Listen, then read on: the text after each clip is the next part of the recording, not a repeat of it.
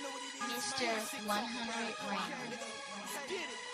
So with money talking, my talking round the clock. What you need, you cop it. Them pills, them pounds, them rocks. A couple niggas ballin', cause they got a block. A royal flush will spot them, right around the top. So I'ma make it bounce back, so all you get is straight piss. She fucking niggas' pockets, now they need a rape kit.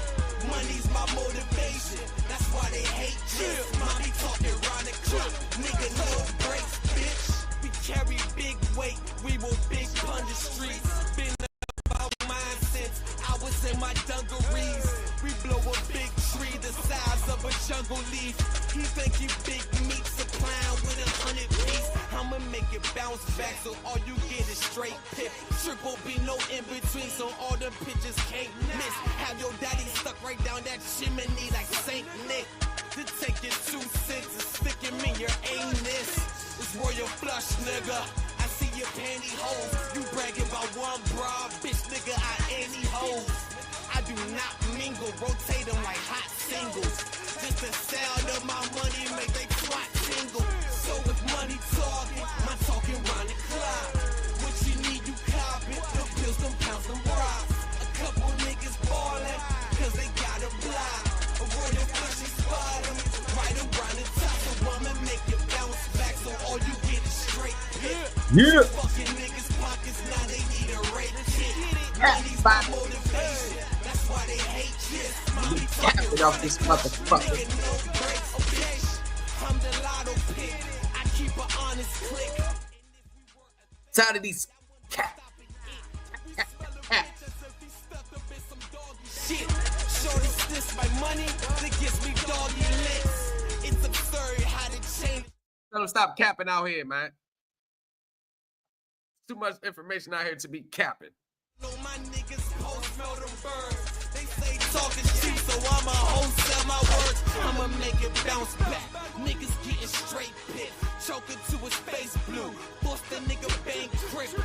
Fuck around. All my niggas off that same shit. Nah, ain't no problem to get bang quick. So with money talking, my talking round the clock. Yeah. What you need, you cop. Yeah. A couple niggas ballin', cause they got a block. A royal flush spot. Shout out to those Supreme Elite team in the building, man. You bounce back, so all you get is straight piss. She fucking niggas' pockets, now they need a rape kit. Money's my motivation, that's why they hate this. Let's get it. Round the clock, nigga, no breaks, bitch. Yeah. What is the word? It's got back in the house, man. A 4-hour session, man. I apologize, y'all, about the right to set off class. I swear to God, I'm not even gonna lie to you. I had some business professionals, and they came in and kind of stole everybody's time slot.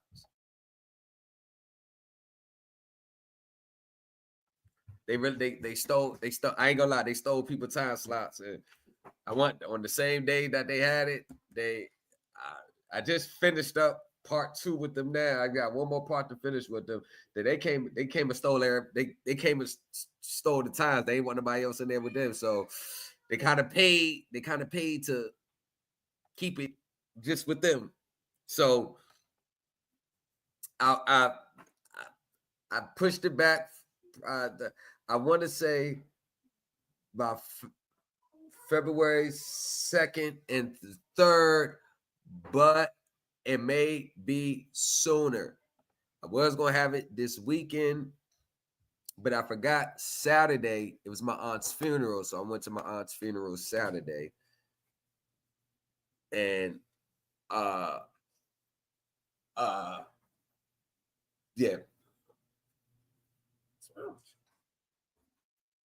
My aunt's funeral Saturday. And then after that, I started with them. And then yesterday,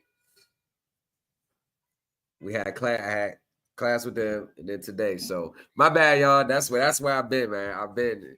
He's a business, he's a business professional. One works at a bank, actually. So yeah, they kind of hijacked me, y'all.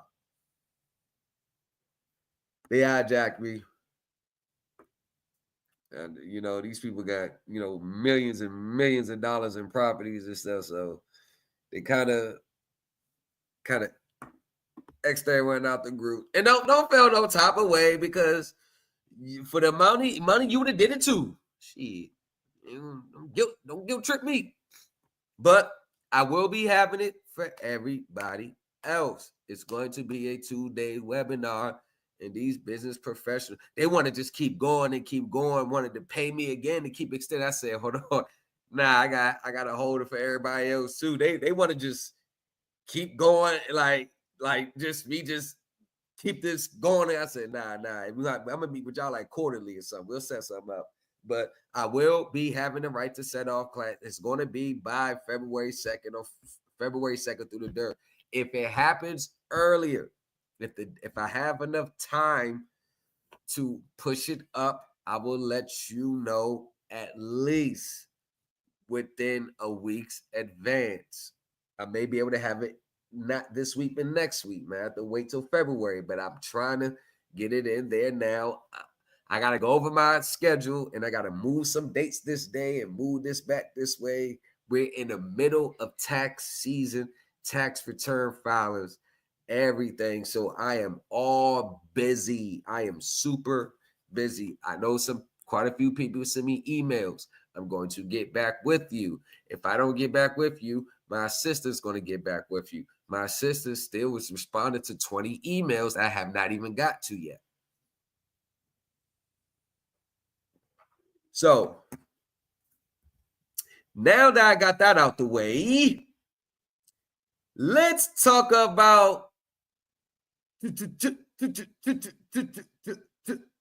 Trump back in office. Yeah. What's up with that? You're rocking with the best. Donald J. Trump has been officially sworn in as the 47th president of the United States. Inside the Capitol today, I figured there wasn't going to be a big outside inauguration given to the 2 assassination attempts. He said money glitch. Yeah, that's what happened, y'all. Shit got crazy, man. Given the 2 assassination attempts. Oh, y'all, tell me why I've been getting my shit spanked on the ticket past couple weeks. So I wasn't that confident in my picks lately. It went in the slump. So I put $25 on one pick and then $10 on another pick. I'm just throwing something out there. Tell me why those 2 tickets hit. And I didn't realize that those 2, I picked 3. So it's really 25 on one, like 10 on one, 10 on the other. But the 2 that hit, I made them the identical picks. I put both of the same picks in. Both of them hit. I won $935 last night off that. That was crazy. I said, oh, no, I got a horseshoe right now. But Trump is back in office.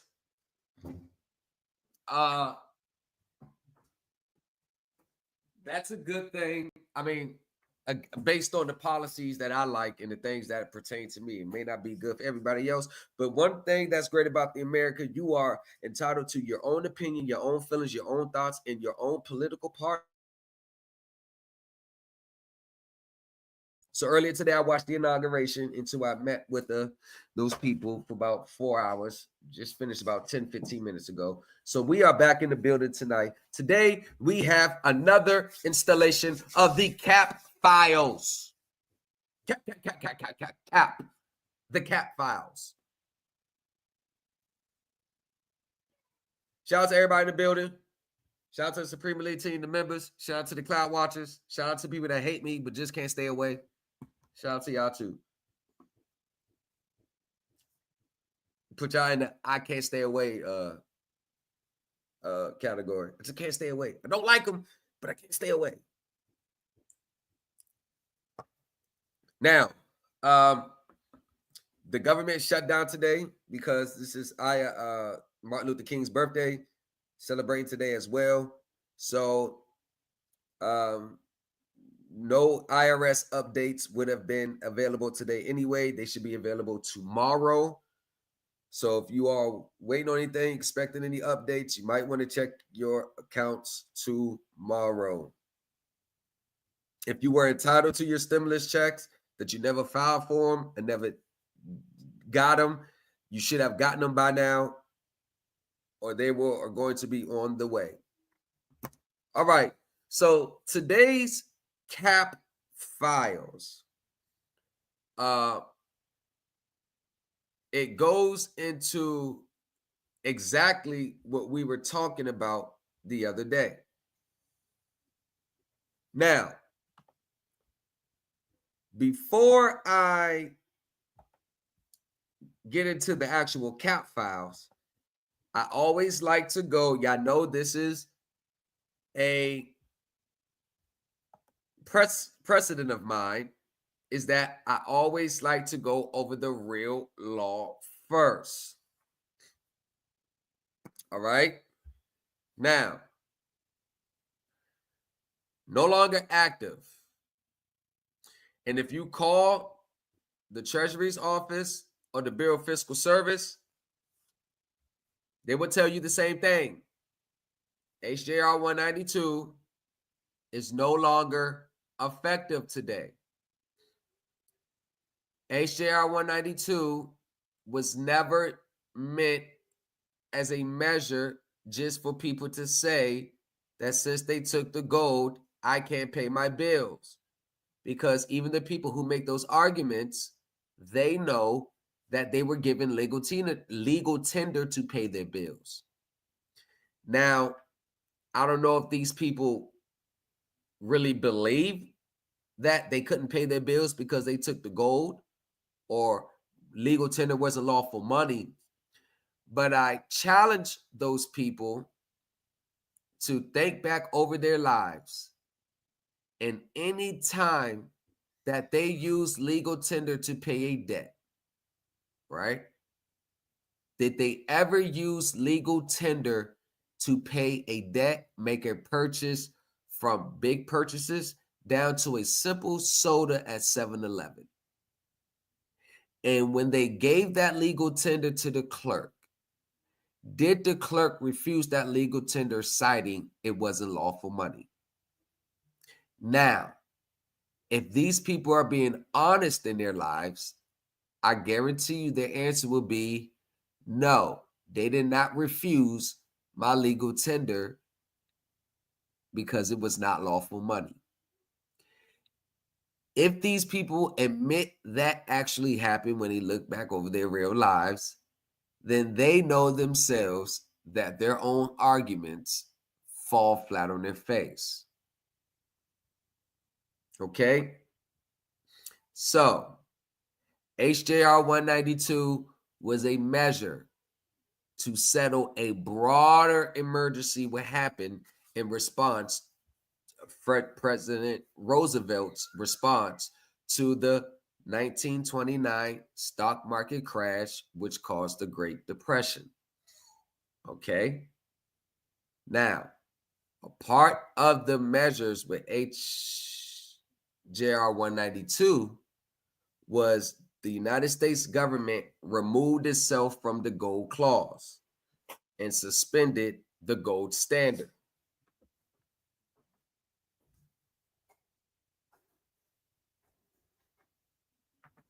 The gold clause in contracts back up until before 1933 is that payment would be backed by the underlying measure of gold, the units of gold. That's what used to back the currency. When the United States went off the gold standard and the passing of these acts that responded to the crisis, such as March 9th, 1933, the Emergency Banking Acts, etc., instead of gold, the unit of gold, which was backing the Federal Reserve notes were backed by the full faith and credit of the United States. So legal tender was no longer backed by a tangible physical asset. and no legal tender has been backed by a physical, tangible asset that we use for our public and private debts in over 100 years. Why is this still a topic to this day? I have no idea. Because even these people in their own lives know that legal tender gets the job done. Now, the pattern that I see with these arguments, they only come about when certain individuals lack sufficient amounts of legal tender to actually pay their debts. I really don't see this when the same people have sufficient funds. What I see from these people is they pay all their bills up on time when they have it. But when they don't have it, now these claims come into play. Why is that so? You got to ask them. Now, this is a debtor pro se in a bankruptcy court, which is a high court, which is a lot of remedies can happen in this court setting. So this person filed a Chapter 11 bankruptcy, and the lawyer for Wells Fargo and Select Portfolio Servicing Inc. So basically, this looks like a mortgage situation. And this is a memorandum and decision denying debtor's motion for a declaration that his loans were discharged and granting motion for relief from the automatic stay. So I think he filed bankruptcy to stay to get a stay, I guess, in a foreclosure. I'm assuming. I'll get to the facts in a second. And I guess he wanted to use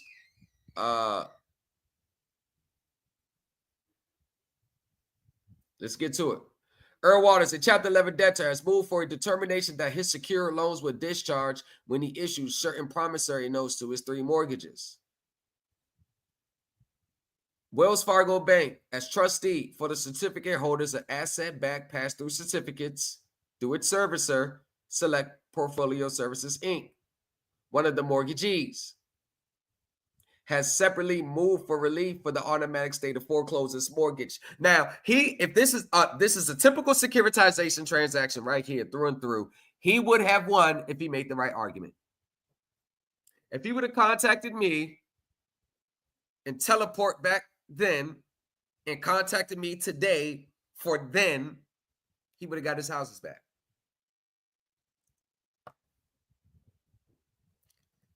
So, for the reasons follows, the debtor's motion is denied and Wells Fargo's motion is granted.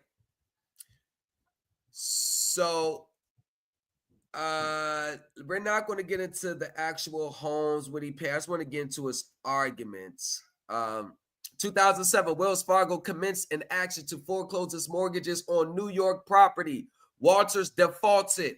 It goes back to the original saying. This only comes up when it's getting hard to make their scheduled payments. You only see these arguments then. Now, if he had enough, if he would have hit the jackpot for $5 million and had enough money to pay all these mortgages off, he would have not paid the mortgages. Like he would have paid the mortgage off and abandoned his claim. If he had $5 million, this wouldn't even been an issue to him. It's not like he got $5 million and still not going to pay because this is what he really believes and stands on. No, he just would have paid it. Okay, so Walters unsuccessfully sought to vacate the judgment. So they end up getting a judgment, just like an appeal. So on January 21st, 2014, the same day he filed his Chapter 11 petitions, Walters issued an international promise. Well, there you go right there. That's the problem right there. That's the number one problem right there. For those of you who are listening or just listening for the first time or who don't seem to get it, why everybody that's teaching is saying that international bills of exchange and international promissory notes is what you're supposed to use. That's not for me. You got to ask them why they're still pushing this. I don't know. But the UNCTAD Convention, I went over this several times. The United States did not fully ratify the UNCTAD Convention on international bills of exchange and international promissory notes, so it has no force and effect according to the United Nations website on conventions that they hold amongst the countries. Only thing they did was sign and say we was present this day. No of the 10 signatures was ever made to make this effective.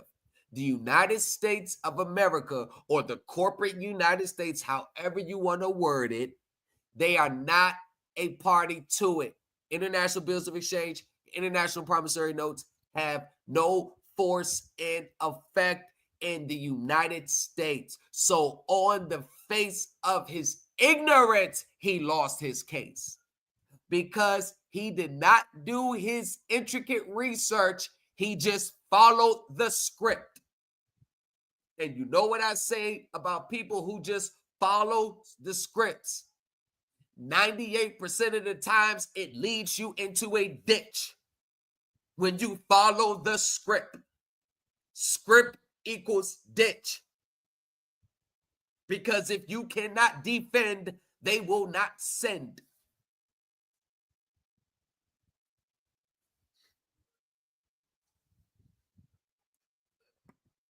Now, I want you cloud watchers to stay around for a second, because I know some of you that watch, you the voiceless people, the ones who watch but never are seen, I know some of you still believe this. And I seriously, no, and I'm dead serious with this. I strongly suggest that some of you start seeking counseling.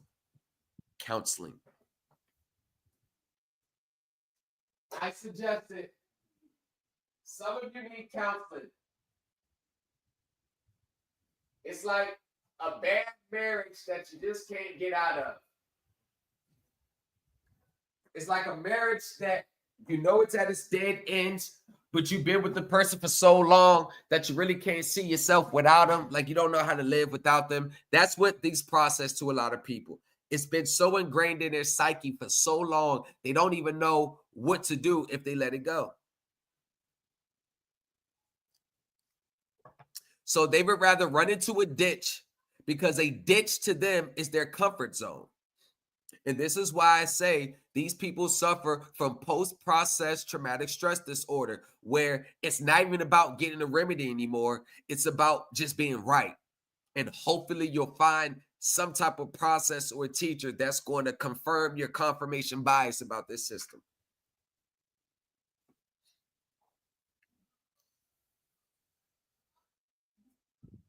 And y'all, let's have a moment of silence for these people. Bow your heads. Let's have a moment of silence for these people, because 2025, everything is being switched over. If you don't know the regulations, if you don't know the accounting, if you don't know your shit, you're not getting through no type of door. And it's being ramped up. So let's have a moment of silence for these people in these spaces, y'all. Back to business. The select note contained various pieces of information and statements of law. For example, it listed an account number, an IRS Treasury account number, along with a Federal Reserve Bank trace number, which were presumably assigned to or created for the benefit of Walters. It stated that the select note was legal tender for all debts, both public and private, payable in United States dollars, was backed by the full faith and credit of the United States government pursuant to 31 USC 3123 and Section 12 USC Section 95A. This section has been omitted from the statute, so you can't even use that. And was redeemable in lawful currency of the United States. 12 USC Section 411. Wow. He went back to how things used to work before 1933. If he would have probably issued this note in 1920, probably would have got somewhere. I don't know. But in 2014, all those laws that they're talking about, he's talking about here, was already over and done with.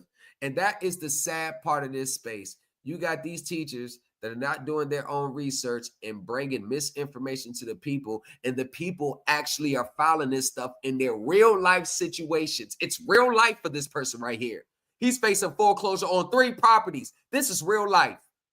And all he has is an old, outdated script to go for. Wow. And was redeemed for long currency. The select note was signed by Walters for and on behalf of Errol B. Walters, Errol B. of course, Walters family, secured party creditor, Tenet, Nation of New Jersey, non-domestic, without United States. Hallmarks of sovereign citizen language. The top of the select note referred to the United States nations UNCTAD Convention on International Bills of Exchange and International Promissory Notes, Articles 2 through 10, 12, 13, 36, 39, 46, 3, 47, and 55. That would have been applicable only if the government actually ratified it. Title 12 USC, Section 14, 11, and 18. And 18 USC, Section 8. The thing that I always get with Title 18 UCC 8, do they know that that is under crimes and punishment? Why are you using Title 18 crimes and punishment to a commercial transaction? I'm trying to figure the connection. Are you just looking at it from the definition purpose only? Do you know these definitions change depending on the context of the transaction you're involved in? Do you know that? But hey, the bottom of the select note said, upon delivery of this payment to receiver party, the receiver party has 72 hours, 3 business days to deny or accept this payment or return to the provider. No, they don't have 72 hours because they don't even have any obligation to accept it in the first place, because this is not an instrument that is even recognized by the United States government.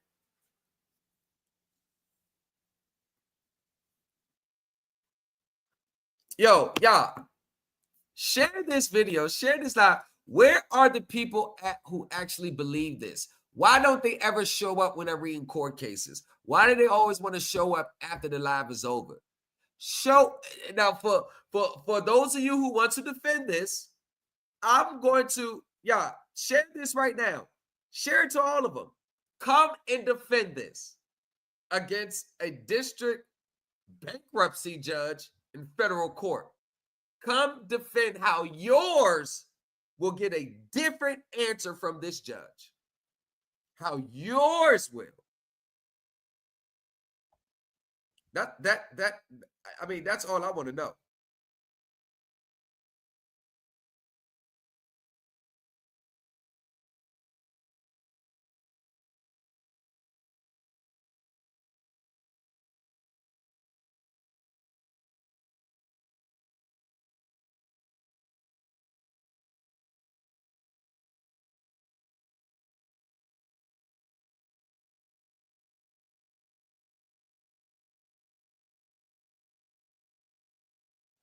The question is, I just want to know where they at.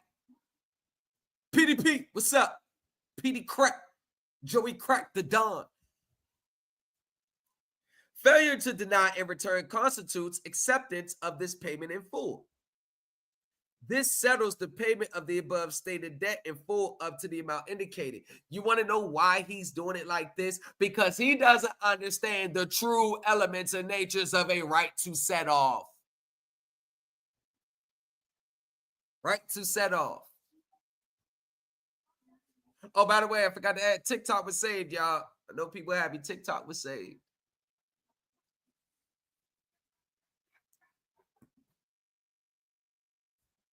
Because he doesn't understand the right to set off, the legal requirements. And this is where a lot of people get stuck in the ditch because they hear people say time and time again, the United States codes don't apply to us. The regulations don't apply to us. You're going to put yourself under the jurisdiction of the United States. You better not use their codes. Don't use it. We don't use that. We use affidavits. We don't do this. And they don't even realize the same codes and regulations is what gets the jobs done. I blame the teachers. And then I blame the students second because they are blindly following and they are not doing this serious research because most of them are short-sighted in their thinking. They think that the rules, they think that 25 years of people getting denied, it won't happen to them. Why? I have no idea.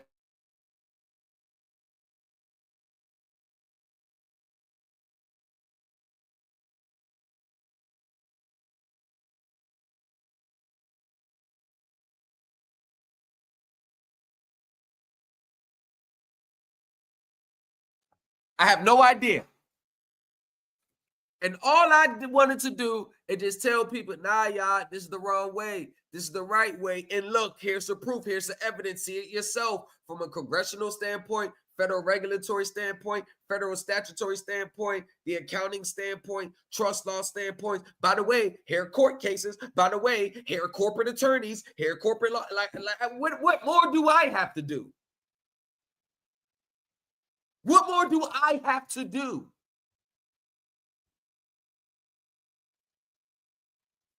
Like, what is it because I'm not singing the same tune?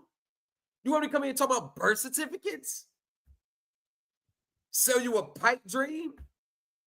Or the $100 million that's never going to come? Golly. Why do all the business professionals I talk to, why do they always get to see it? Why do they understand exactly what I'm saying?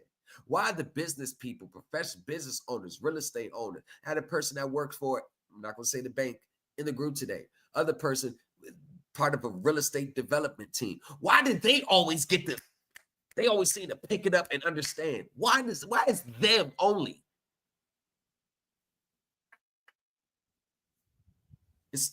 And the people that are not in those business field compared to the people who push back against this, to the people who be like, yeah, you right. It's like,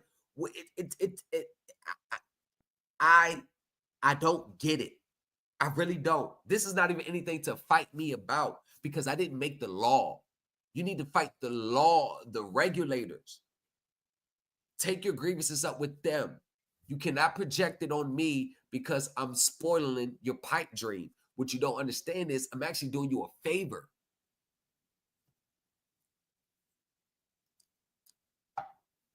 Walters issued similar international promissory notes to Real Time, also on January 21st, 2014, in the amount of $82,853.88. Real Time note. Where's the money coming from?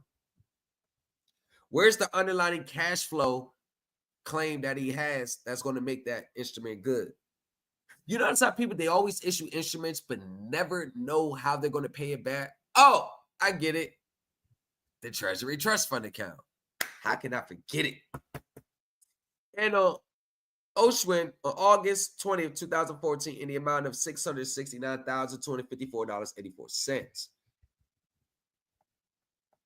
On July 31st, 2014, Walters submitted a series of documents directed to the court and the United States trustee that objected to the court's personal jurisdiction over him and instructed the court to immediately vacate all legal and collection actions in this case and provide confirmation of the case. So basically what you're saying is they don't have jurisdiction over you. So if they don't have jurisdiction over you, how can they give you remedy if they don't even have jurisdiction over you? Oh, they only have jurisdiction over you to see you, just to vacate the collection actions. But if they don't have personal jurisdiction over you, how can they rule in your favor either way? How can they grant you the vacation if they can't even rule on you in the first place? Do you see what happens, how foolish people look when they just follow the script? You see how foolish people, see how they, and I don't think they purposely set out to make themselves look foolish. But you see how foolish it is? Think about it. Let's walk it down. If the court doesn't have in personam jurisdiction over me, then they don't even have the jurisdiction to grant me the relief that I'm requesting. But it seems like I'm interpreting it like this because how I'm reading it. It seems like, and I'll highlight it for you. It seems like the courts don't have jurisdiction over him to hold him accountable for the default, but will grant limited jurisdiction to him to get him out of his obligation. That's what I see. I don't know. Let me know if I'm wrong. Let me know if I'm wrong. I don't know. I have no idea. Penalties for non-compliance include monetary fines, removal from position, arrest, and trial in the World Court for Crimes Against Humanity. This is sovereign citizen lingo. Want to know when you're dealing with sovereign citizen? They're always threatening some type of jail, some type of going to take you to court. The boogeyman's going to come and get you. If you don't do what I say, I'm going to get the International Postal Union against you. And they ain't get a goddamn thing against none of them yet. All blowing smoke out the ass. Ain't nobody scared of that shit. They think they could scare him into giving them a remedy. Oh, he said he's going to get the World Court on me. We better hurry up and balance this out, because that's what they anticipate them to get scared. These people ain't scared. These people trained to see this shit a mile away. The jurisdiction letter included a zero balance directive that required all creditors to zero out any outstanding balances owed by Walters and impose other obligations on the creditors related to the zeroed out debts. Let me ask you a question. Why didn't he file any of these claims right after he got the mortgages? You notice that, right? Why does he have all this smoke for them now? Since you know what's so crazy I see in this space, y'all? It's like they only find their rights when they're in default. Like, I swear, it's like the light only clicks when they're behind the 8 ball. But when they're making their payments on time, they ran into somebody to do it. It's like the light never comes on then. The light never comes on when they're making the payments on time. The light it only clicks when they're in default. They only wake up when they're in default. They only become woke when they're in default. Like, what are the odds, the coincidences, how it's only in these instances where people are so woke and all of a sudden so sovereign? What are the odds? I find it so intriguing how you never see these people exercising any of these rights when they're current or making their payments on time. It's always when they're in default, when they become so woke, the fraud has finally been uncovered. Finally, the jurisdictional letter attached to a document that purported to be a letter from oh, man.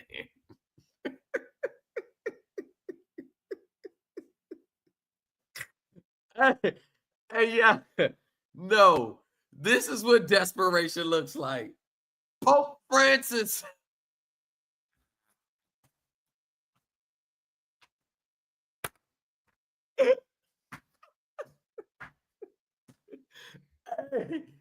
They will pull out all the stops. Yo, one thing I will give them props on, boy. They will pull out all the stop. There is no limits or no claims or any accusations these people will make to get themselves out of that obligation. They say, fuck y'all, I don't want to pay, but I want to keep my property too. I want the best of both worlds, and I'm going to fight tooth and nail to get it. Wow. Finally, the jurisdictional letter attached a document that purported to be a letter from Pope Francis dated July 11, 2013, and apparently provided the basis for some of Walter's statements and directives. Walters included a text from a genuine apostolic letter, but also added bracketed text in red type. Certain other text added. Okay, let's read this. Synopsis: Church equals people equals trust. The Vatican created a world trust using a birth certificate to capture the value of each individual's future productive energy. Each state, providence, and country in the fiat system attributes to their people's value to this world trust identified by the SS, SIN, or EIN numbers, for example, maintained in the Vatican registry. Corporations worldwide, individuals became corporate fictions through their birth certificates, are connected to the Vatican through law. Vatican to crown, to bar, to law, to judge, to people. Through money, Vatican birth accounts value to IMF, to Treasury, Federal Reserve, to banks, to people, loans to judges, administration, and sheriff's confiscations. Judges administer the birth trust account in court matters, favoring the courts and the banks, acting as the beneficiaries since they have not properly advised the true beneficiaries of their own trust.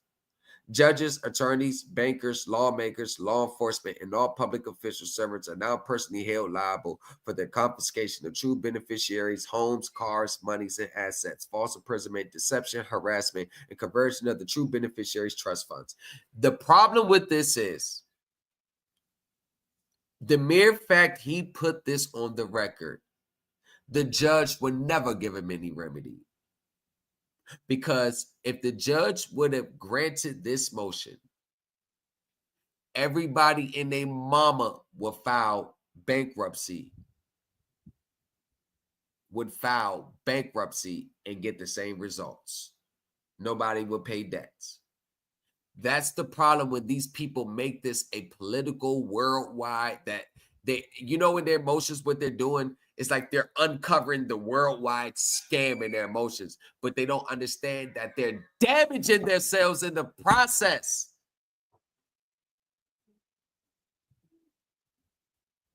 The judge will never give you any relief you talking like this, let alone that you're already ass backwards in with your presentment. The judge will never give you relief.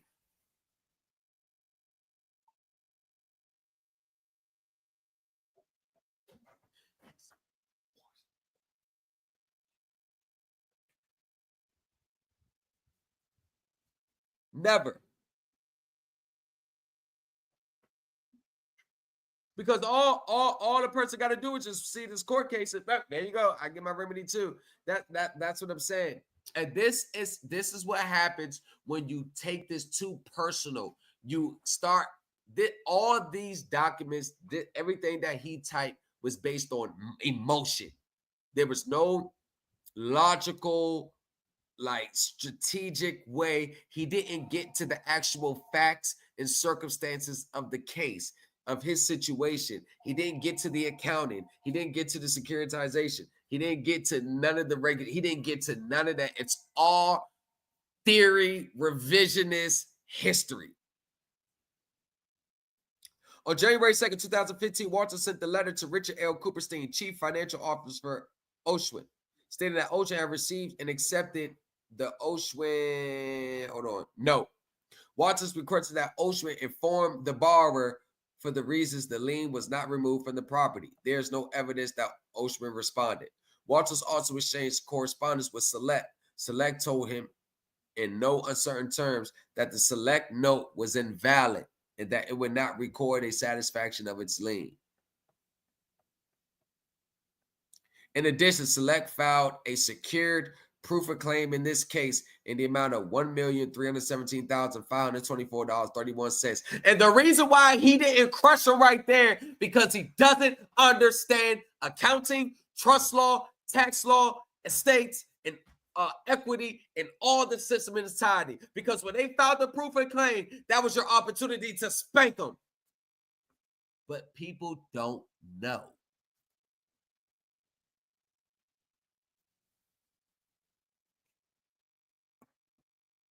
They don't know.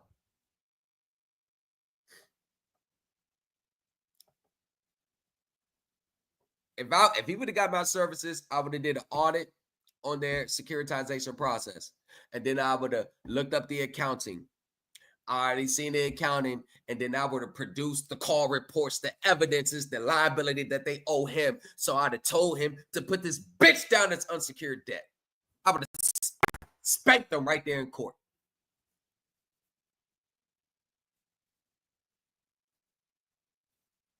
I do this shit in real life. Not on YouTube, in real life, real time. I'm your teacher's teacher.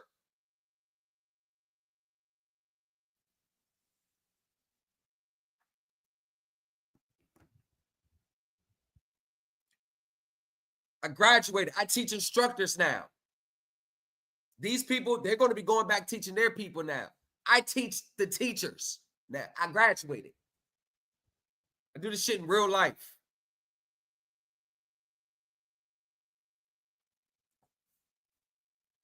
That's why when you become a part of the Supreme Elite team,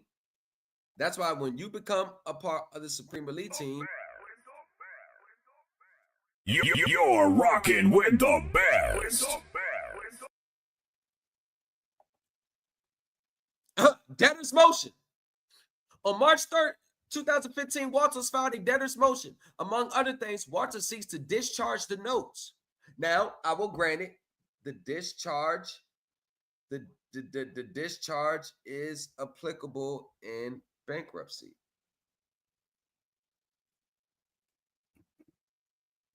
It is applicable in bankruptcy.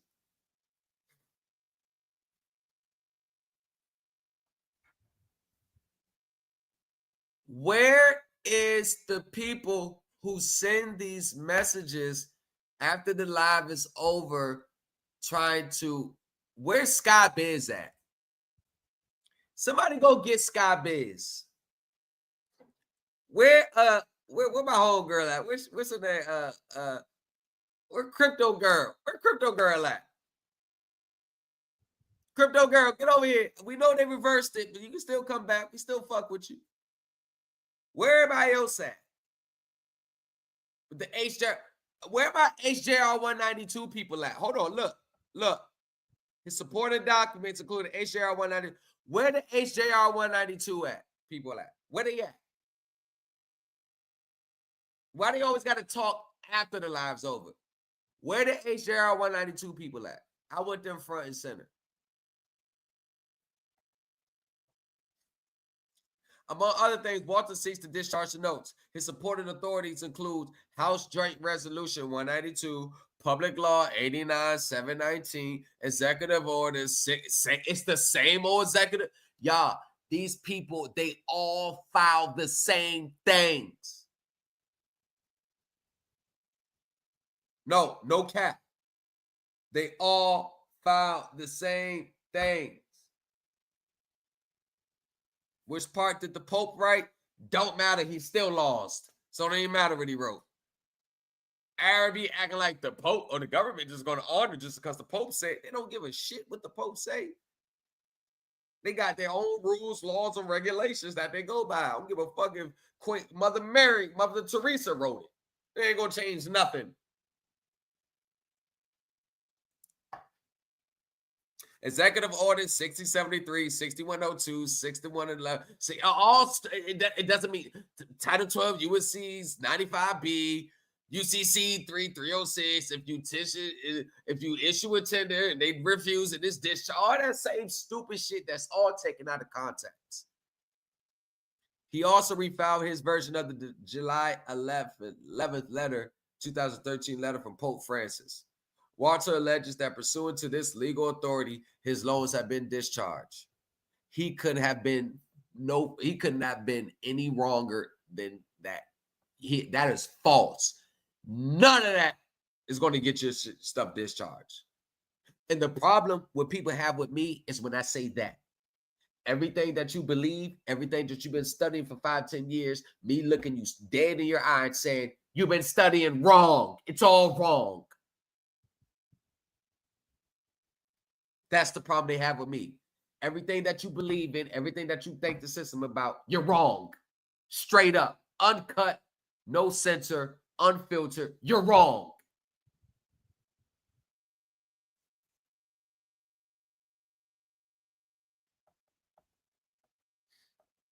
because I don't have to come in here and kiss your ass.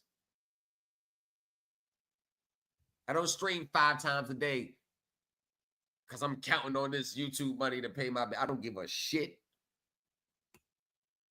I teach professionals now. I don't care. Walters alleges that pursuant to this legal authority, his loans have been discharged. Okay.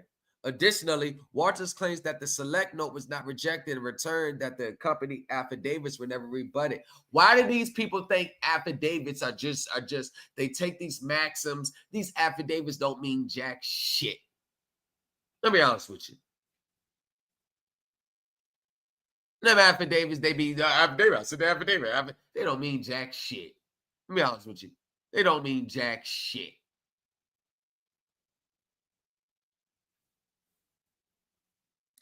Suffice it to say that Select opposed the debtor's motion. HR 192 titled, "To assure uniform value to the coins and currencies of the United States." Right there. To assure uniform value to the coins and currencies of the United States. That's all it meant. Basically, if I owe you $100 and I give you 1,000 pennies, you cannot reject 1,000 pennies. And if I give you 1,000, offer you the 1,000 pennies to pay this $100 debt, and you refuse the 1,000 pennies, then the debt is discharged. It's discharged. I'm sorry. But the key factor is I gave you a recognized legal tender and not one of these self-created international bills or notes that the government is not even a party to. That's the difference. That's the difference. States that obligations requiring payment in gold or a particular kind of coin and currency or an amount in money United States measured thereby are against public policy, and that U.S. currency is legal tender for all debts. What's the problem with HJR 192? Why are people trying to convolute and stretch HJR 192 into something that it's not? Basically, it's saying you cannot require payment in gold or a particular kind of coin or currency. No other financial institution or anyone you dealt with has ever asked you in your lifetime that you had to pay in gold or a particular kind of currency. If you owed $1,000 for your rent, and you mailed in a money order, they were going to accept it. If you paid online, that's a different form of currency. They're going to accept it. If you mailed a check and it cleared, they're going to accept it. So what is the issue with you not being able to pay your debts because they took the gold? What is the issue? What is the main issue that people have with this infatuation that since they took the gold, you can't pay your debt? What is the big issue when you receive legal tender in exchange? And legal tender is sufficient but recognized throughout the world as payment in public and private debts. Why do these types of people still think that legal tender is not sufficient to pay your debts when there was 101 legal tender cases and the Supreme Court has said legal tender is sufficient to pay your debts? Why do they still make these arguments to this day?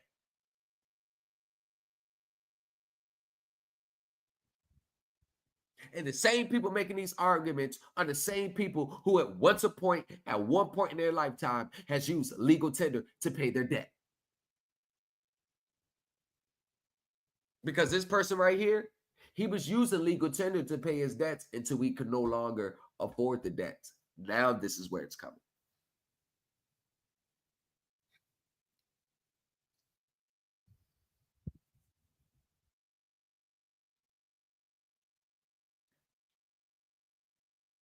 And Richard, you're right. He gave him nothing to rule on. He gave him nothing.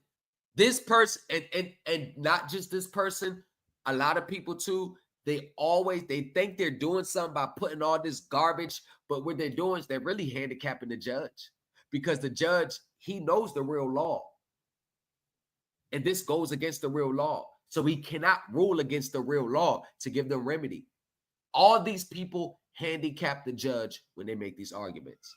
They all handicap the judge because they cannot go against the established rule of law. And in order to give these types of people remedy, the judge will have to go against the established rule of law. And that no judge is going to risk its reputation by doing that. And they don't even realize the minute they filed their motions, they're dead men, dead women walking.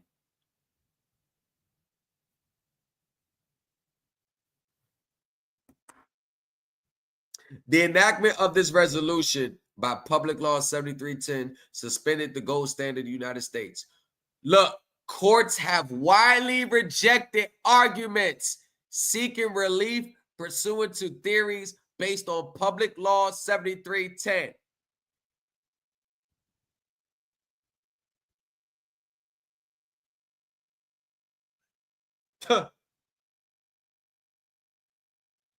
You see what I'm saying?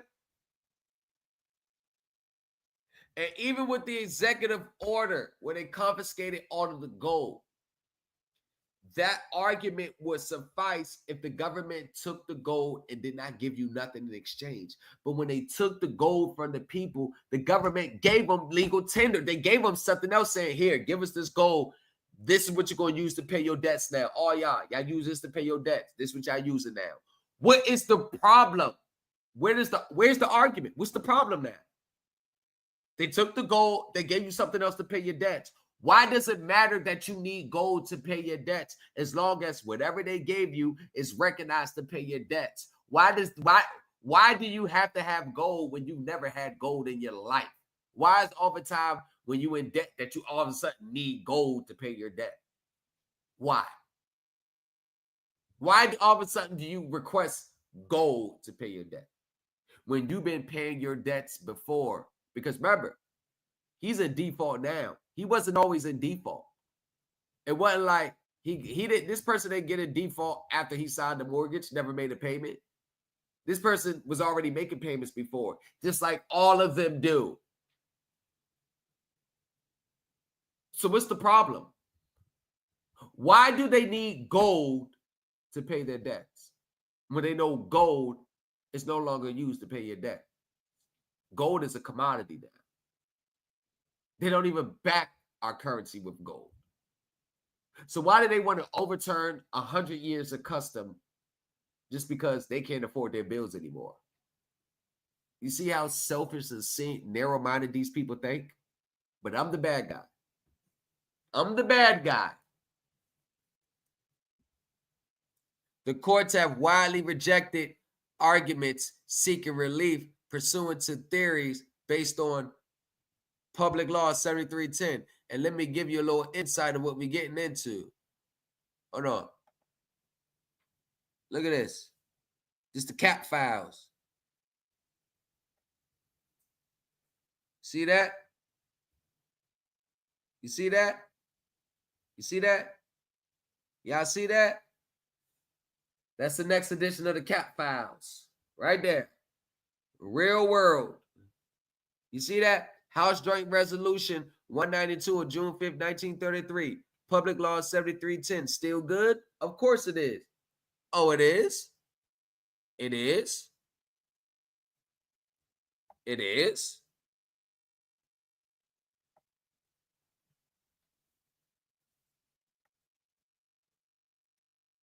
Courts have widely rejected arguments seeking relief pursuant to theories based on Public Law 7310. But hold on. You got a YouTube channel telling people that it still is good. You sure? Did you mix something up? Huh?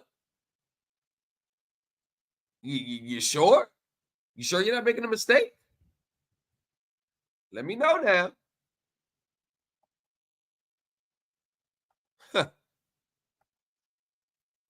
And McLaughlin versus City Mortgage, that was one of the landmark cases in 2010, which a lot of courts use this when they reject people. This was the landmark case because I read this case and the judge did a brilliant presentation in this order of the sovereign citizen community, how people use this to try to get out their debts. This court case, McLaughlin versus City Mortgage, Inc., this judge did a hell of a job by pretty much dissecting the sovereign citizen patriot movement and people who only use this to get out of their obligations. He did a hell of a job. And I'm going to do y'all a favor. I'm going to post that. There go that court case right there. Y'all read that court case and share that court case. That's the court case. If that doesn't stop these people in their tracks by reading this court case, if people say, well, nah, I'm still going to try. Well, they didn't do this or they didn't present it this way or that. No, none of it works. And if people still try it after that court case, y'all just let them be. Let them be. Never going to learn.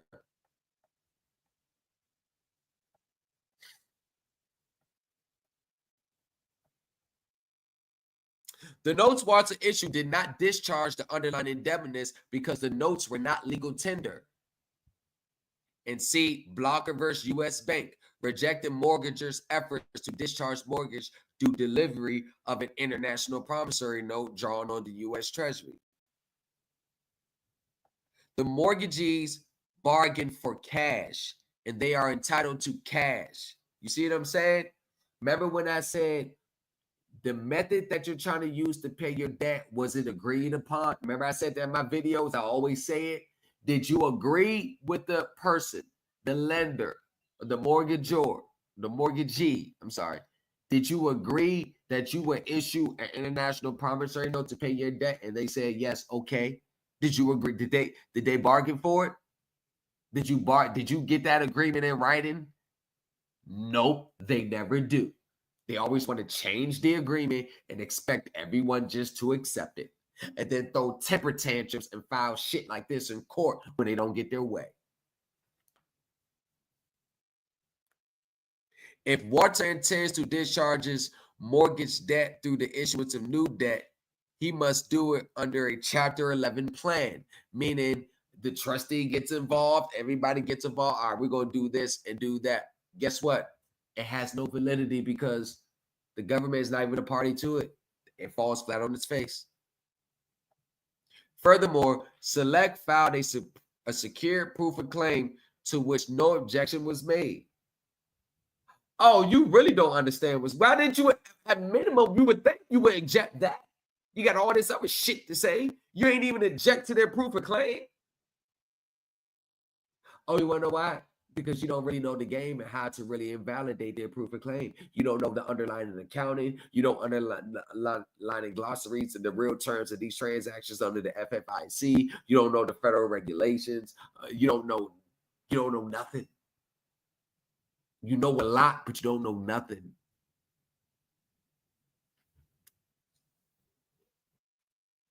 Consequently, its claim is deemed allowed as a secured claim up to the value of its collateral as an unsecured claim for the balance.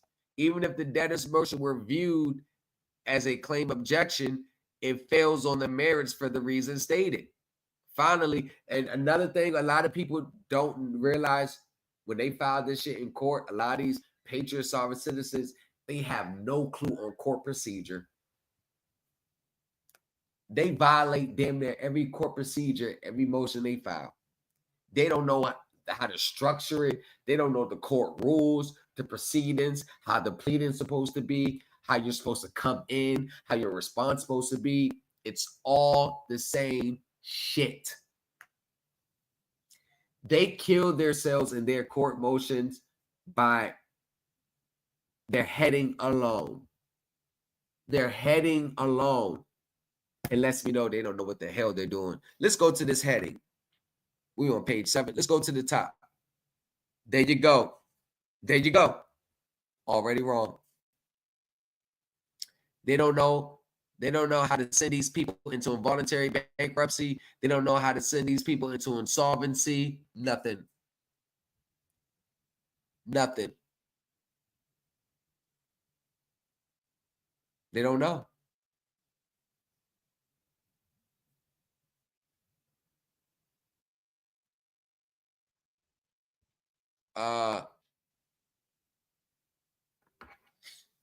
Finally, the Oshman note was issued several months after the petition date. So you didn't even issue it before. The issuance of the Oshua note was a transaction outside of ordinary course of business and required court approval, in which Walters did not obtain. Want to know why? Because he didn't even know. He doesn't know court rules or court procedures. Like I said, he needed permission to do it outside the transaction.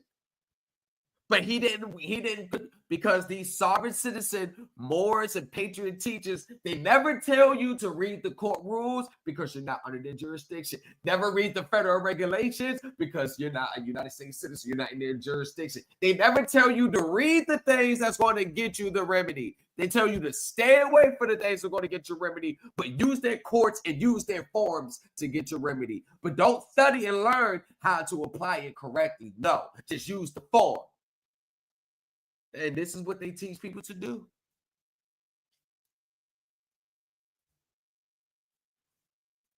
He violated the court rules. A transaction outside the ordinary course of business, you were supposed to get approval by the court under 11 USC 363B1. When I say the first thing you need to do before you go to court is learn the court rules, the procedures, what you should do, how you should do it, how you should style it, how you should motion, what's the time frame, what you got to do. They bypass all that and just start spewing their fucking rhetoric and theories on the paper and send it in and hoping the judge is supposed to give them some type of remedy because they did it, because this is what they believe.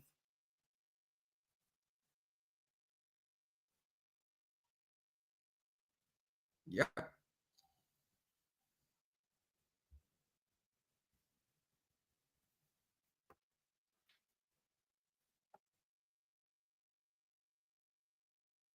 What is going right here?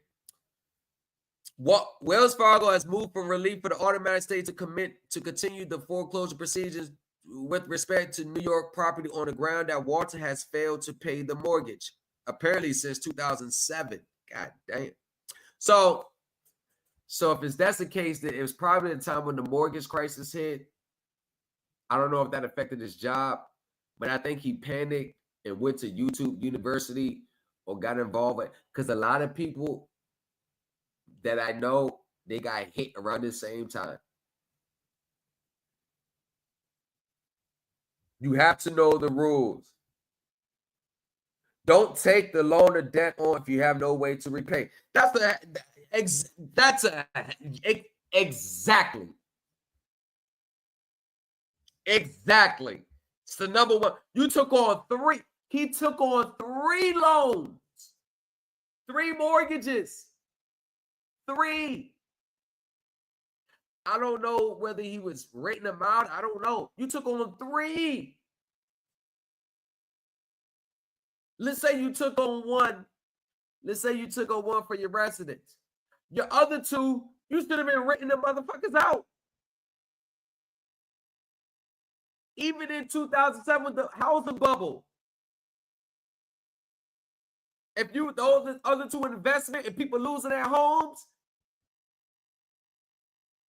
bro, somebody was going to move into that shit. Yeah, that's the first one. Don't ever take on a debt. When you take on a debt, finance, whatever, don't take on it with the mindset, I'm going to do this process to get it discharged within like 60 days, because you're not planning to make long-term payments.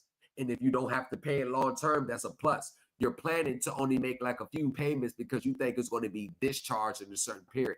That is one of the main thinkings that handicaps so many people and gets them in so much trouble. Too many adults in these spaces are financially irresponsible. We're going to start addressing the elephant in the room. 98% of the people who come screaming fraud and all this, they bring this shit on themselves with their financial irresponsibility. That's a fact. That's a goddamn fact. I talk to them. And they give me all this story, how they're the victim, and why they telling me the story, I'm pointing out all the shit that they did wrong.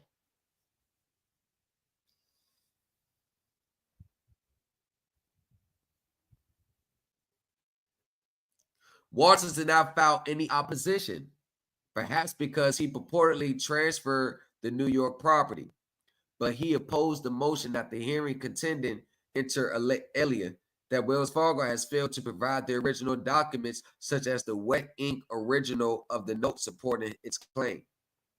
Bankruptcy codes provide that the court may grant relief from the automatic stay for cause, including lack of adequate protection. The movement must establish a prima facie for its relief it seeks. You see, these are the court rules you have to follow. You have to meet the court standards. Famous nobody said it. You have to know the rules. That's where it all is. No relief stated, no summary judgment. The crazy thing is the judge will always tell you before the time limit expires what you have to do. That's what I'm saying. They tell you when you have to do this. He was supposed to do what? Establish a prima facie case for the relief it seeks inside of the court case. Let me blow this up for you. Inside of the court case, right here. So he should have read this court case. But remember, y'all, this space, they don't tell people to read. They don't tell people to study court cases, study accounting, study securities, study securities law, study the accident. They don't tell you. Want to know why? Because it's unsexy. It's not sexy. It's not quick enough. And the 80% of people in these spaces make it hard and give it a bad name for the 20% that actually want to do shit the right way. The 80% are lazy. They're greedy. They want instant gratification. They have no clue as to what they're really doing. They'll follow any TikTok trend. They're entitled. They're the proverbial victim. And for some reason, no matter what happens, how it turns out, it's never their fault. Now, do you think these traits of these individuals only lapse here? If you remove this space and go to their everyday life, I guarantee you it's nothing but chaos. Chaos. Chaos. But the debtors bear the ultimate burden of persuasion to show that cause does not exist. This is why your thorough study, research understanding comes into play. For moments like this, you're going to be prepared.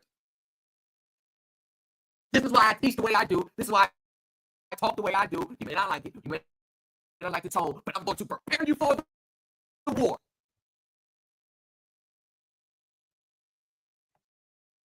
It ain't nothing like showing up to a war unprepared. It's just like showing up to a fight and you're not prepared. You're going to find yourself embarrassed in front of your girl.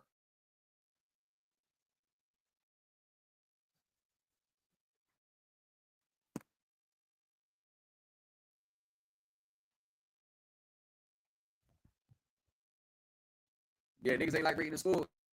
Yeah, it is too much reading for them.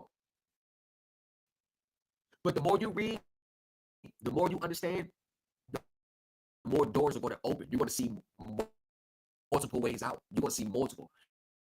But you know what it says?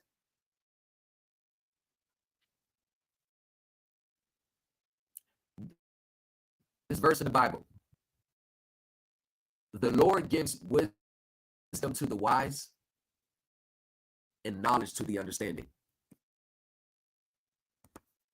Take that with you. The Lord gives wisdom to the wise and knowledge to the understanding. He didn't say give it to the dummies, the greedy, the people that want the easy way out. Select few people he gives it to. He gives wisdom to the wise and knowledge to the understanding.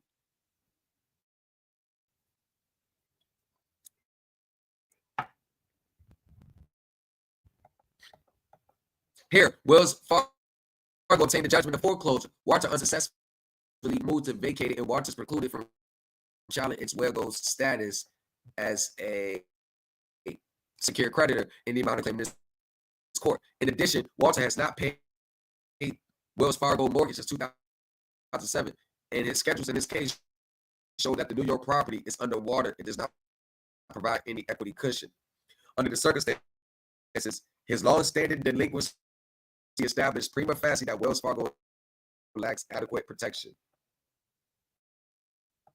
Walter has failed to come forward with any evidence to show that Wells Fargo is adequately protected and accordingly has not carried his burden of proof.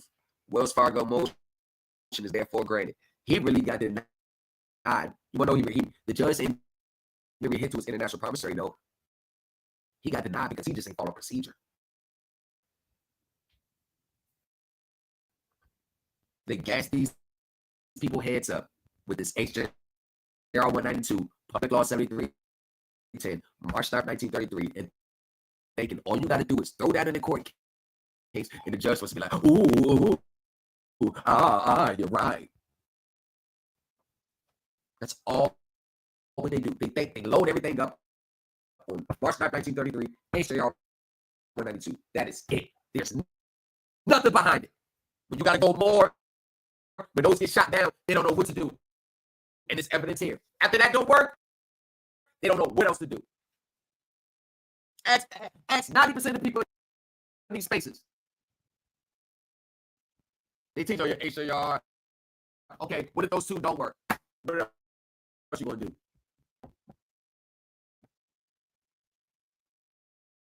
After all your theories don't work, when it gets down to the black and white practical law, accounting, federal regulations, all that, where we at?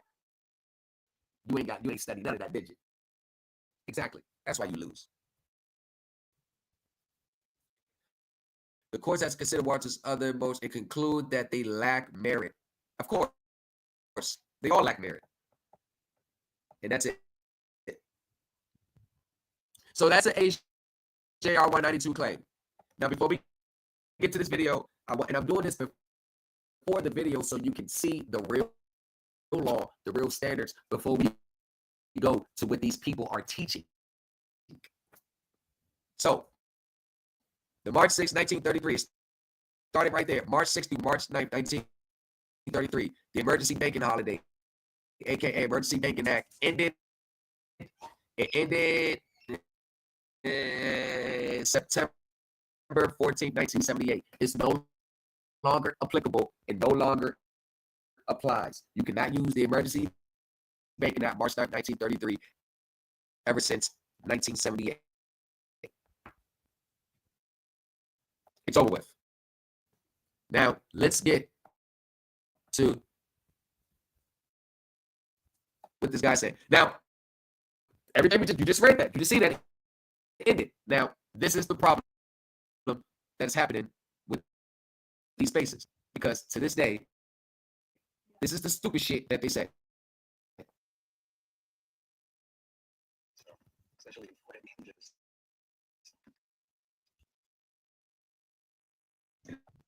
it's going to be the remedy. HJR 92 is.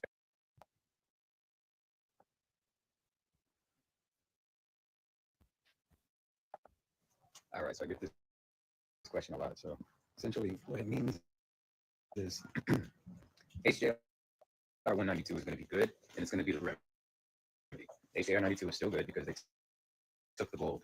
When you remove the gold-backed currency and made the remedy HJR 192 and made Federal Reserve notes considered legal tender, well, you can't now remove the remedy and not give the gold or the gold-backed money back. So the question is, what gold did they take from you?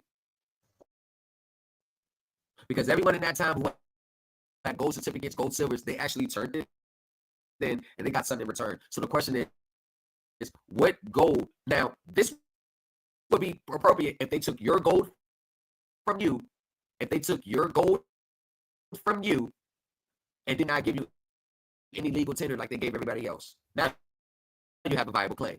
And your claim will be in the millions based on the value of today's current value of the gold that they took it. That means you have to be alive in 1933. That means you'll be 100. You'll be old as a bitch today. So, what gold did they take from you? Because here's the thing. They took the gold from the people back then, but they gave them legal tender. And legal tender is accepted as satisfactory satisfactory for payment of public-private debts. That lawful money shit that you try to claim, millions of court cases, they call it legal tender cases, all upheld those acts of Congress by taking your gold and giving you a legal tender. The Supreme Court already upheld it hundreds of years ago. Court case after court case after court case. So when you tell a teacher that, what do you think their reaction is going to be? They're going to try to gaslight, move the goal post, saying that you're trying to sabotage the group like the last clown did. That's like all the same thing. Now watch this. All right, so I get this question a lot. So essentially what it means is HJR 192 is going to be good, and it's going to be the remedy. HJR 92 is still good because they took the gold. When you remove the gold-backed currency and made the remedy HJR 192 and made Federal Reserve note, it's considered legal tender. Well, you can't now remove the remedy and not give the gold or the gold-backed money back. So that's why all debts are discharged. Hold on. So well, he's not even making sense. What federal law, what regulation, what court case, what authority are you backing that up with? And that they all just talk with nothing to back it up with. What is he saying? So that's why tender is considered legal tender. Made Federal Reserve made the remedy HJR 192 gold. When you remove the gold-backed currency and made the remedy HJR 192 and made Federal Reserve notes considered legal tender, well, you can't now remove the remedy and not give the gold or the gold-backed money back. So basically, when you made Federal Reserve notes legal tender, you can now remove the money and not give the gold or money back. What? By who? Is this just your theory? Is this what you believe? Like, what the fuck are you saying? Is going to be good, and it's going to be the remedy. HJR 92 is still good because they took the gold. When you remove the gold-backed currency and made the remedy HJR 192 and made Federal Reserve notes considered legal tender, well, you can't now remove the remedy and not give the gold or the gold-backed money back. So that's why all debts are discharged dollar for dollar per HJR 192 of 1933, Public Law 73-10. Real straightforward. There are other acts that also codify this. Yeah, it's there. HJR 192 is still good. Right. And this is the shit. Yeah, and this is the shit. This is the shit that get people in trouble.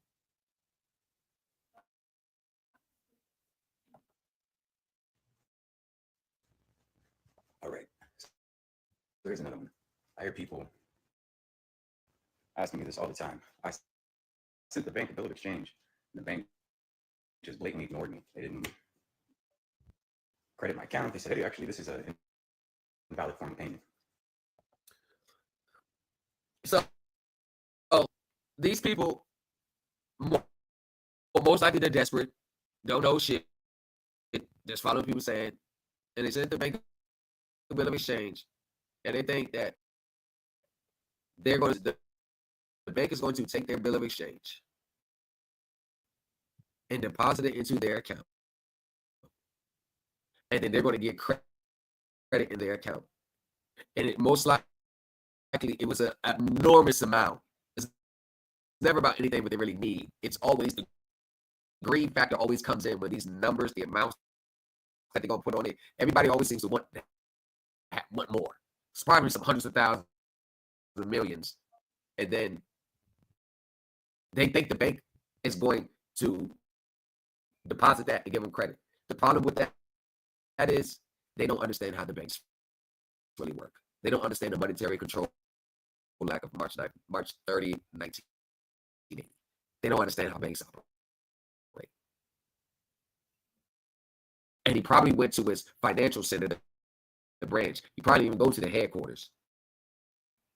And this is the same shit that I'm telling y'all to stay the fuck away from. Nothing good comes out of this. There's no process out here that I don't know.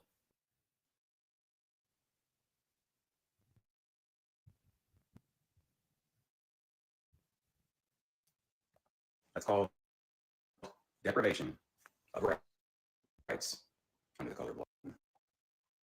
I hear people asking me this all the time. I sent the bank a bill of exchange, and the bank just blatantly ignored me. They didn't credit my account. They said, hey, actually, this is an invalid form of payment.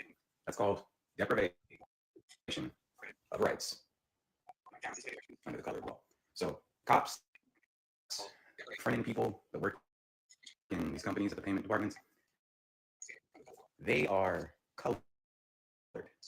colorable, and they operate under the color of law. And I don't mean colored as in their skin tone. I mean colored as in their mentality. They are mentally incapable, legally disabled, and they're Hold on. Oh, it's choppy. It's choppy. So let me go. Let me do this. It's choppy. It's choppy. So let me go. Let me do this. It's choppy.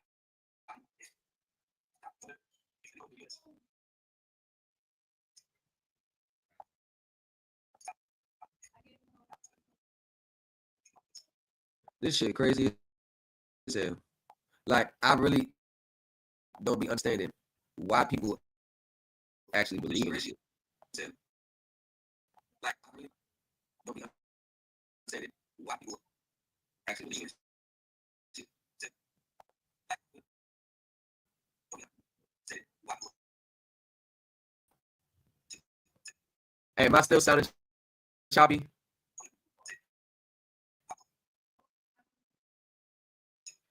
Am I still sounding choppy?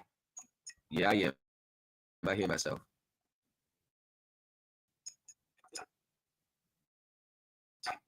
Yeah, yeah. Hold on, y'all. I'm about to log out and log back in.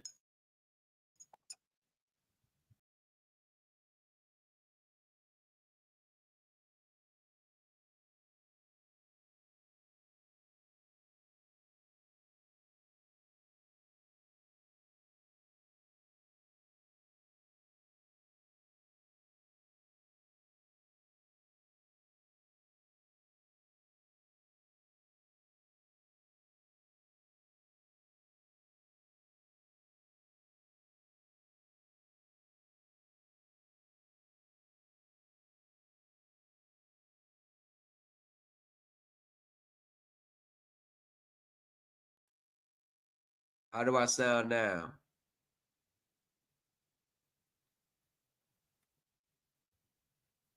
How do I sound now? Perfect. I sound perfect. All right. Let's get back to this rather interesting character. all right. So here's another one. I hear people asking me this all the time. I sent the bank a bill of exchange, and the bank just blatantly ignored me. They didn't credit my account. They said, hey, actually, this is an invalid form of payment. That's called deprivation of rights under the color of law. So cops, fronting people that work in these companies at the payment departments, they cops. Hold on, y'all. I'm gonna do something even better. I'm gonna do something even better. So here's another one. I hear people asking me this all the time. So here's another one. I hear people asking me this all the time. I sent the bank a bill of exchange, and the bank just blatantly ignored me. They didn't credit my account. They said, hey, actually, this is an invalid form of payment. That's called deprivation of rights under the color of law. So cops, front-end people that work in these companies at the payment departments, they are colorable, and they operate under the color of law. And I don't mean colored as in their skin tone. I mean colored as in their mentality. They are mentally incapable, legally disabled, and they're considered wards of the court and incompetents. They need attorneys to represent them because they don't understand the law. So you send something into a department and they're unaware of all of this, they literally are incompetent for the most part. But quite often, you're dealing with shady ass individuals that are trying to deprive you under the color of law. So what you need to comprehend is that you have to know how to assert and defend your position and your rights. Anything you're trying to do, you have to know how to defend said action.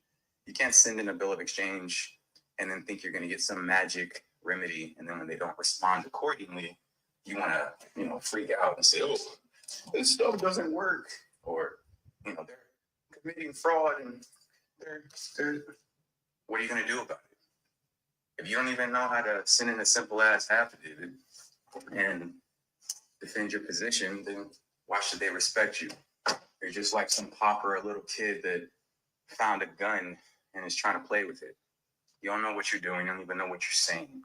So first thing comes with education. You have to know what you're doing: monetary policy, negotiable instruments, monetary instruments, contract law, trust law, fiduciary relationships, duties, responsibilities, how to articulate yourself, how to defend your position, and things of that nature. But one easy method is to simply commence a process. Another way to think about it is, you gave them the instrument. Is it valid? When you give somebody a check, you write somebody a check and you give it to them and say, "Hey, here's the payment." Do you now need to tell these people how to cash said check? Or have they cashed a check before, so they know how to handle the check? They know how to swap the check for another form of usable currency, like dollars, credits, exchange currency for currency, in accordance with 12 U.S.C. 412, using your note, bill of exchange, and such as collateral. So when you tender payment in accordance with House Joint Resolution 192, Public Law 73-10, and you say, "Hey, by operation of law, if you refuse this, the entire obligation and debt is now discharged per UCC 3-603, and because I've literally wrote for full satisfaction and accord on this instrument, it's also discharged per UCC 3-311. And matter of fact, I'm going to assign this debt to the Treasury for full discharge per UCC 3-601. And you can go ahead and swap it dollar for dollar per, I think it's, 31 USC 5118. Then that's that. So it really comes down to enforcement, your competency, and how you can actually defend yourself and your position. A lot of these people are dumb. A lot of these people don't know what's going on. But once it gets to the higher ups, the attorneys, it's up to them to do research. A lot of these attorneys are retards. They study stuff in law school, and they're not taught this in law school. They're taught how to be good little peons and good little workers, officers of the court, on how to usher you and everybody else right back into the system. When you get an attorney, "Oh, we'll just waive arraignment." Yeah, that's because you automatically give them jurisdiction when you waive arraignment. The moment you get an attorney, you literally given up your sovereignty. You now become a ward of the court, and that attorney is now your guardian. So there's a lot of little things that you guys have to figure out, but this is all real. Still in my house. My dogs are still eating. Y'all gotta wake up. This is not for the weak. They do not respect weak people. If you are weak and you can't even articulate yourself in a simple position, they don't care. They're going to literally take advantage of you, and you're going to be thinking everything is a scam. All right, so look, I'm gonna give it all to you. Right. Right. So we have a squatter. That's what we have. We have a squatter. And man, there's so much to unpack with this. Listen, y'all. He just named the two paramount Congresses of public policies that we just went over. One ended in 1978. Two, it's not even active today. They're improper and they don't state a claim. So we're dealing with a squatter. Squatting in a very nice house. I give that. Very nice house. But what y'all need to understand is you think you know the system based on what other people tell you. You need to know the system based on what the system says it is, what the regulations say they are, how these institutions are supposed to account their assets and liabilities.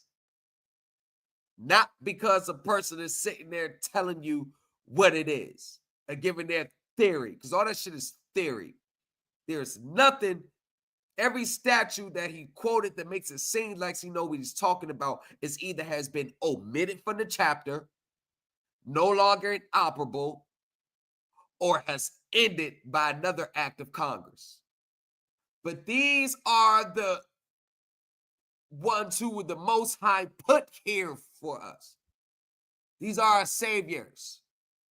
People like him. These are your saviors.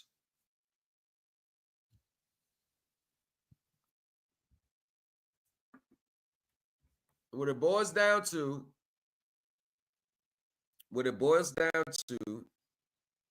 is that most people are not going to find out until it is too late. All that shit that he talking about, has he tested his knowledge and theory? He hasn't. He hasn't. They never do. They never test their knowledge and theory. They never test it, y'all. Like, they never test it. They never test it. Whatever he's doing the total opposite of what he's telling people to do. Hell, he could be making payments. Because Tamika, she was found out that she was actually making payments, normal, regular payments. Like to Jerry Bay, talk about cancel your contracts, don't pay your mortgage. Come to find out, she's paying her mortgage on time with the money that her students are paying her to teach them how to get out of the same things that she's still paying on. It's all a scam. Unless they can actually show you the regulations, this, that, and the third, and the results of their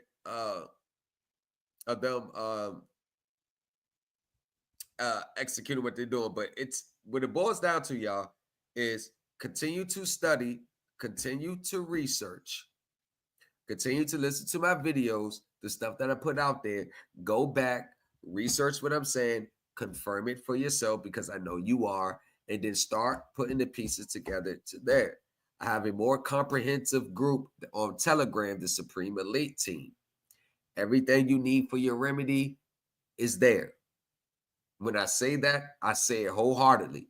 Everything you need for your remedy or the results, down to the tax return filings, down to, we go over the statements, down to the accounting, down to exactly actually the legal definition of the transaction that you call a mortgage, auto, credit card loans, on how they're supposed to report their liabilities to us on their balance sheets. That's in the Telegram group. And if you want to that I tell everybody that is a great source, a great source of you getting back on the right track.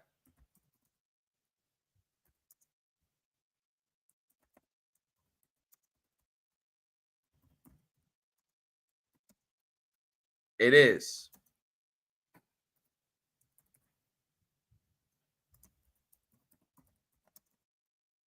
It is a great source. The results are there. The evidence of the results are there. The results of what I'm talking about are there. The regulations are there. The tax laws there. The accounting's there. Trust laws there.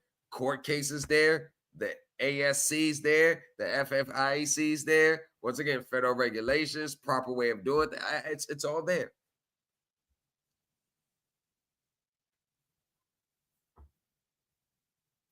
Tax laws there, the official tax law. So y'all can continue to watch these people. And I'm sorry, but we had another addition to the Cat Files, Real World Fair. Real World Fair. Stay out. It's all the same sovereign citizen. It's all the same sovereign citizen rhetoric.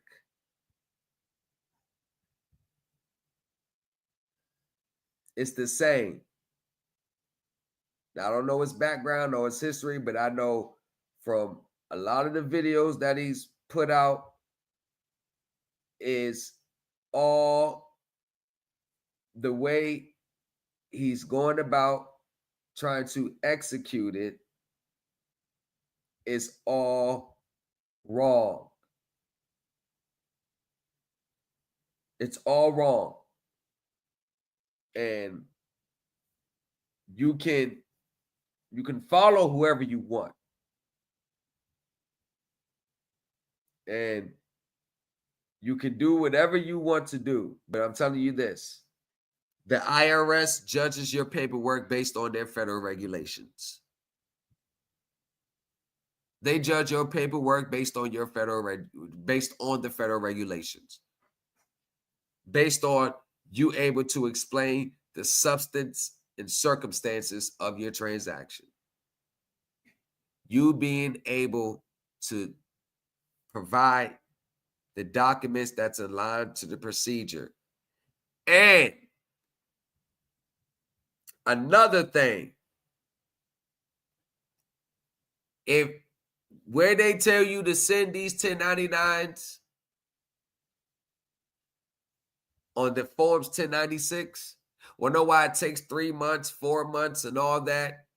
Whereas you send it in and then the amounts is already inputted in your account transcript. Want to know why? Because you're not sending it to the right place. Took a lot of research to get this right place to send it to. And I found it. And it's not at the address where they tell you to send your 1099s. They get delivered there and then they get sent to the ultimate place where they're going to do the accounting and the real X's and O's on these 1099s. So if you're sending your 1099s, right? If you're sending your 1099s to that actual place, along with your account statement, your 1099 with your statement, it's going to appear up on your account as amounts that's owed to you.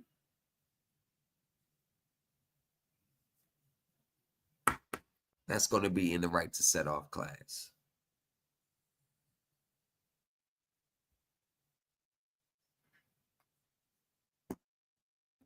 With the address owner,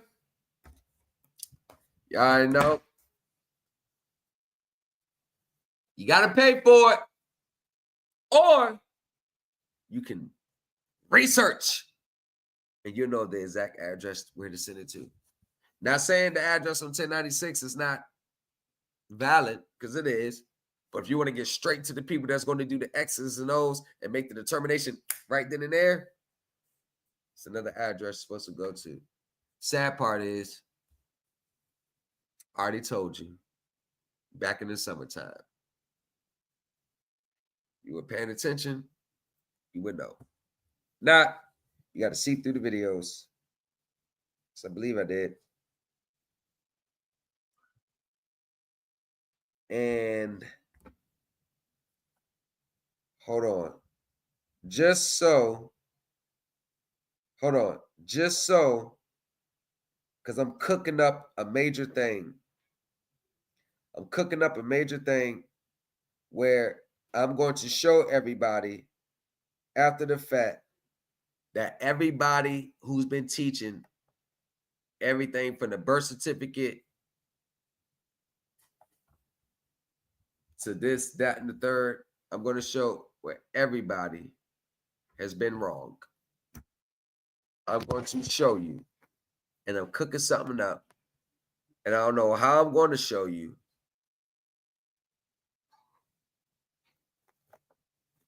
I don't know how I'm going to show you, but I'm going to show everybody that what they've been doing is wrong.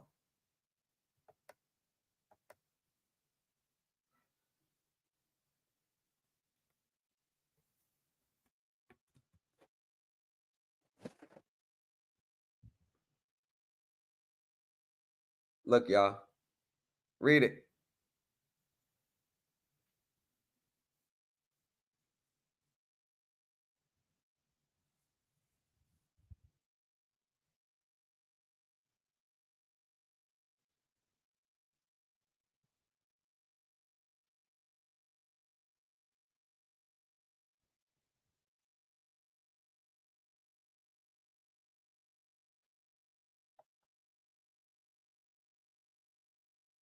Read it. See it for yourself.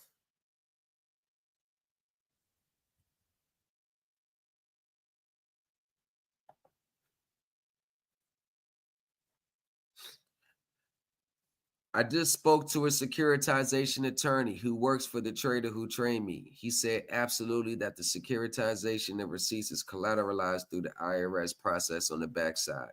Lamont, you are on a different level. You are off the chain. You are the puzzle master.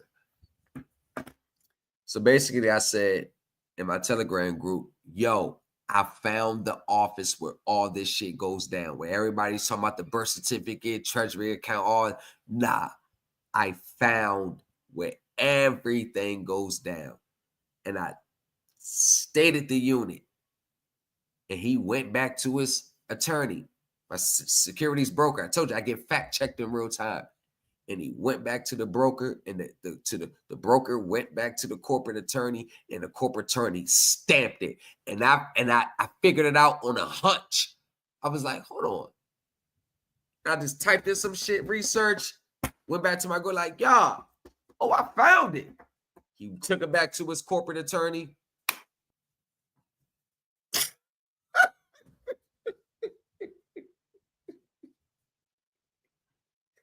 Hey,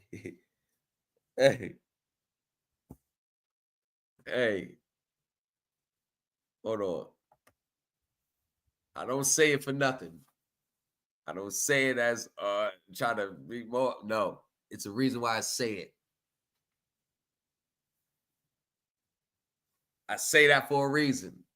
I'm your teacher's teacher. I'm your teacher's teacher. Are you tired of filing 1099s and tax returns and not getting nothing back? Are you tired of trying to file 1099s for your transactions and don't know where to turn? Are you tired of continuing to pay your mortgages, your autos, and you got proceeds that you just don't know how to recoup? Are you tired of paying out of pocket for things where you should have been getting your rights and your equitable up front? Reach out to ThomasLexi603@gmail.com. I will show you. It ain't for free. Don't hit my phone. I am not free. I don't subscribe to that power to the people. We all here in this together. Nah, that's not me. I run it just like a business. Money talks first. But what you will get is a proper accounting statement based on the industry standards, a properly filed tax return, sent the 1099s to the proper unit, not the one on the 1096. And you can expect your proceeds to be returned to you. You can expect it. I guarantee it.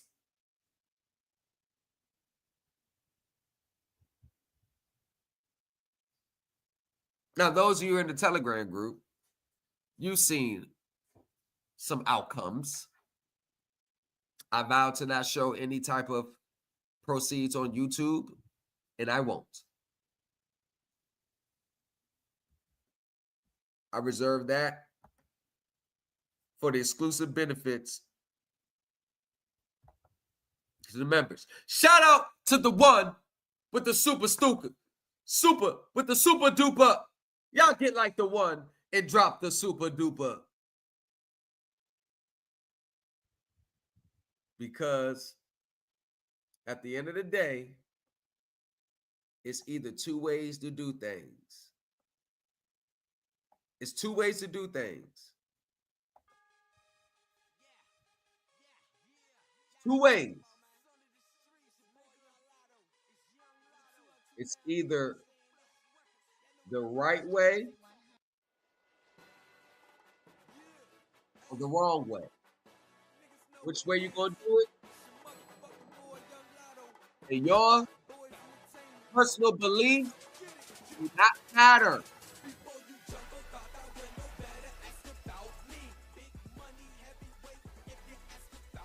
Your personal belief does not matter.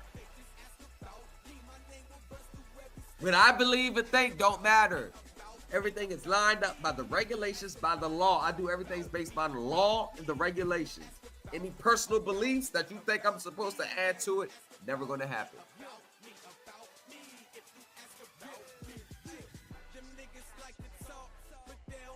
Let's get it. One gone. Cocaine in the air while I broke the traps. My flow's a number, nigga, cause I spit that dope on traps. You better get your money, don't worry about a G. I'm out to make millions, I don't worry about a G. I never hold a nigga back to get more figures. Like Raw said, I was blind, she was a whole nigga. Man, I stunt large, while you front hard, until I dump it off and lay it on your front yard. I'm trying to see though until I can't see more. And for them C notes, I will get you repo. You better check my weapons, you see all I got is text. With a matching record, you see all I got is F's. With it, cut him out. No, you cannot flush it out. A pussy nigga smell fishy. Lotto gonna get him out. You jump about that window, better ask about me. Big money, heavyweight. If you ask about me, I keep it real. I don't never fake. Just ask about me. My name will bust through every state. If you ask about me, about me, about me. If you ask about me, about me, about me. If you ask about me, about me, about me. If you ask about me, about me, about me. If you ask about me, I don't need to sell no drugs, don't need to slang the packs. I just see the money from it when they bring it back. I make hustler music, the coke get weighed in grams. It's baked over with them stacks, I orchestrate the bands. My mama thinks I go to hell if I ever die. Shit, how I'm living, I might get shipped to hell alive. But all that death talking really doesn't move me. I'm so hot, I had the devil asking for a cool breeze. My veins are ice cold, the reason why my jewels freeze. It's no Alicia, can I sing it if you move keys? A true G, never ran out in a loose sleep.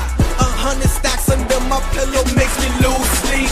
I'm riding with the soldiers, they ride with the captain. My mind is on my money, my eyes is on the package. I'm tryna see 100 mil if you get the asking. And I'm a bitch if you ever find an Andrew Jackson. Never thought I would know better, ask about me.